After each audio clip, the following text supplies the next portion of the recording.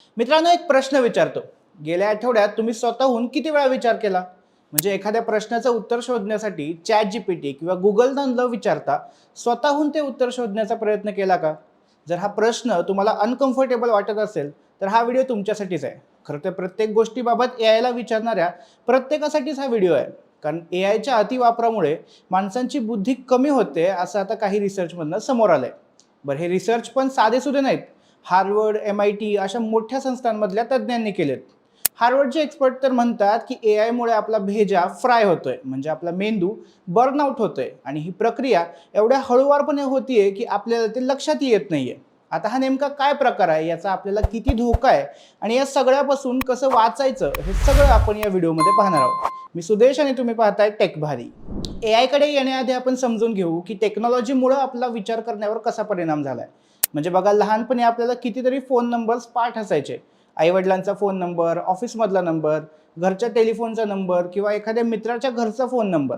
पण आता कितीतरी लोकांना एकही नंबर पाठ नसतो. दुसऱ्या कोणाचा नंबर सोडा, लोकांना स्वतःच्याच दुसऱ्या सिम कार्डचा नंबर पण पाठ नसतो. याचं कारण आहे इझी ॲक्सेस. आधी लोक फोन नंबर डायरीत लिहून ठेवायचे. डायरी सगळीकडे नेता येत नव्हती, सो नंबर पाठ करण्याशिवाय ऑप्शन नव्हता. पण आता मोबाईलवरच नंबर सेव्ह होतात आणि मोबाईल हरवला तरी गुगल ड्राईव्हला बॅकअप असतो. असं सगळं असल्यामुळं आपला मेंदू फोन नंबर पाठ करत बसायचा कष्टच घेत नाही आणि ती सगळी जबाबदारी फोनवर पडते. ह्याला कॉग्निटिव्ह ऑफलोडिंग म्हणतात. कॅल्क्युलेटरच्या बाबतीत पण हेच झालं होतं, पुढे GPS च्या बाबतीतही हेच झालं आणि आता एआयच्या बाबतीत पण असंच होतंय. पण यात मोठा फरक आहे. सी, कॅल्क्युलेटरने फक्त कॅल्क्युलेशन बाहेर काढलं, GPSने फक्त नॅव्हिगेशन बाहेर काढलं. पण एआय एआय तर डायरेक्ट विचार करणं, लिहिणं, क्रिएटिव्ह होणं आणि एखाद्या गोष्टीचा निर्णय घेणं, या सगळ्याच गोष्टींवर परिणाम करते. म्हणजे मेंदूची जी महत्त्वाची कामं असतात ती सगळीच. मित्रांनो, तुम्ही लहानपणी एक कोडा ऐकला असेल. विड्याची पानं का नाचली, घोडा का अडला आणि भाकरी का करपली? या तिन्ही प्रश्नांचं उत्तर एकच आहे: फिरवली नाही म्हणून. आपल्या मेंदूचं पण जरा जरा तसंच आहे. तो वापरत ठेवावा लागतो. जर वापरला नाही तर तो कमजोर व्हायला लागतो आणि एआयमुळं हेच होत आहे. बरं, ह्या सगळ्या हवेतल्या गप्पा नाही आहेत. MITच्या रिसर्चमधून हे सिद्ध झालंय. त्यांनी नेमका रिसर्च काय केला ते सांगतो. त्यांनी काही विद्यार्थ्यांना 3 ग्रुपमध्ये डिवाइड केलं. पहिल्या ग्रुपला फक्त ChatGPT वापरून एक निबंध लिहायला सांगितला. दुसऱ्या ग्रुपला सांगितलं की एआय नाही वापरायचं, पण तुम्ही इंटरनेट वापरून म्हणजे गुगल सर्च करून निबंध लिहू शकता. आणि तिसऱ्या ग्रुपला सांगितलं की ह्यातलं काहीच न वापरता स्वतःच्या मनाने निबंध लिहायचा. ना एआय ना गुगल, फक्त विचार करायचा. निबंध लिहित असताना या सगळ्यांच्या डोक्यावर एक विशिष्ट उपकरण बसवण्यात आलं. यामुळे त्यांच्या ब्रेनचे इलेक्ट्रिकल सिग्नल्स मोजता येत होते. बरं, हे सगळं एकाच निबंधापुरतं मर्यादित नव्हतं. हा सगळा रिसर्च जवळपास 4 महिने चालला आणि त्यानंतर निकाल आले.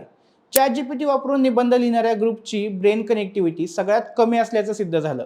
त्यांची मेमरी रिटेन्शन देखील सगळ्यात कमी होती. म्हणजे ग्रुपमधल्या 80% अधिक विद्यार्थ्यांना आपल्या स्वतःच्याच निबंधातले पॉइंट्स आठवत नव्हते. आणि कहर म्हणजे एआयचा वापर बंद केल्यानंतरही कितीतरी आठवड्यांपर्यंत त्यांचा ब्रेन कनेक्टिव्हिटी रिपोर्ट हा कमीच येत राहिला. म्हणजे एआय वापरून त्यांचे निबंध सगळ्यात आधी झाले होते, पण त्यांच्या काही लक्षातच राहिलं नव्हतं आणि त्यांचा मेंदूमधला संथपणा किंवा आळशीपणा तसाच राहिला होता. दुसरीकडे हार्वर्डचा एक रिसर्च पेपर म्हणतो की एआयच्या अतिवापरामुळे लोक सध्या साध्या साध्या गोष्टी करण्याची क्षमताही गमवत आहेत. अवी लोएब हे हार्वर्डमधले एक प्रसिद्ध खगोलशास्त्रज्ञ आहेत. त्यांनी याबाबतचा एक निबंध लिहिला होता आणि त्यांनी याला समर्पक अशी एक उपमा दिली आहे. ते म्हणाले की आपण चालण्याऐवजी कायमच कोणतं तरी वाहन वापरत राहिलो तर कालांतराने आपले पाय कमजोर होतात. तसंच मेंदूचा आहे. मेंदूचा वापरच जास्त झाला नाही तर तो आळशी होतो. त्यामुळे मेंदूला सतत नवीन आव्हानं द्यायला हवीत. तर मायकल गेर्लिच या स्विस अभ्यासकानं म्हणलंय की एआयचा सगळ्यात जास्त फटका तरुणांना बसतोय, कारण त्यांचा मेंदू अजूनही डेव्हलपिंग स्टेजमध्ये असतो आणि याच स्टेजमध्ये त्याचा वापरच होत नसल्यामुळं क्रिटिकल थिंकिंग कॅपॅसिटी कमी होत चालली आहे. शिवाय लोक एआयनं सांगितलेल्या गोष्टी व्हेरीफाय देखील करत नाहीत. म्हणजे त्यांचा मेंदू प्रश्नच विचारत नाहीये. एआयनं सांगितलं की विषय संपला असं होतंय आणि याचा परिणाम माणसांच्या एकूण विचार करण्याच्या क्षमतेवर होतोय. आता या सगळ्याचा सगळ्यात जास्त धोका कुणाला आहे, तर लहान मुलांना. म्हणजे बघा, आपण लहान असताना जर कॅल्क्युलेटर वापरला, रिमोट वापरला, सायकल वापरली, तर मागची पिढी आपल्याला आळशी म्हणायची. आणि आता जेव्हा आपल्याला या सगळ्या गोष्टींशिवाय जमतच नाहीये, तेव्हा लक्षात येतं की आपल्याला लहानपणापासून हे सगळं हातात मिळाल्यामुळं आपल्याला त्याची सवय आहे. अशीच एआयची, इंटरनेटची सवय आताच्या लहान मुलांना लागते. लांब कशाला, आपल्या आजूबाजूलाच असणारी कितीतरी लहान मुलं त्यांचा होमवर्क पण एआयला विचारून करतायत. ज्या वयात मुलांचा मेंदू विकसित व्हायला हवा, ज्या वयात त्यांना प्रश्न पडून त्याची उत्तरं शोधण्यासाठी त्यांनी धडपड करायला हवी, त्या वयात ChatGPT त्यांना 0 मिनिटात उत्तर देतोय आणि त्यांना उत्तरं शोधण्यासाठी प्रयत्नच करावा लागत नाहीये. बरं, फक्त लहान मुलंच नाही तर बुद्धिजीवी लोकांनाही याचा मोठा फटका बसतोय. म्हणजे लेखक असतील, कोडर्स असतील, ॲनालिस्ट असतील, हे सगळे आता एआयचा वापर करून आपली कामं करतायत आणि स्वतः विचार करणं शक्यतो टाळतायत. टोरंटो युनिव्हर्सिटीच्या एका स्टडीनुसार क्रिएटिव्ह कामांसाठी एआयचा वापर वाढल्यामुळं सगळ्यांच्या आयडिया एकसारख्या येत चालल्यात. लोकांची सर्जनशीलता म्हणजे क्रिएटिव्ह थिंकिंगच कमी होत चालली आहे. जे लोक आत्ता एआय वापरायला लागलेत त्यांना सुरुवातीला याचे परिणाम जाणवत नाहीत, पण लॉंग टर्ममध्ये मेंदूच्या कार्यक्षमतेवर याचे गंभीर परिणाम दिसून येतात. मग आता हे एवढे सगळे धोके आहेत म्हणल्यावर काय करायचं? एआय बंदच करायचं का? तर नाही. एआयचे धोके आहेत, पण तुम्ही एआयचा वापर कसा करताय त्यावर ते डिपेंड आहेत. एआयचा चुकीचा वापर टाळून त्याचे धोके कमी केले जाऊ शकतात. आता एआयचा चुकीचा वापर आणि बरोबर वापर म्हणजे काय सांगतो.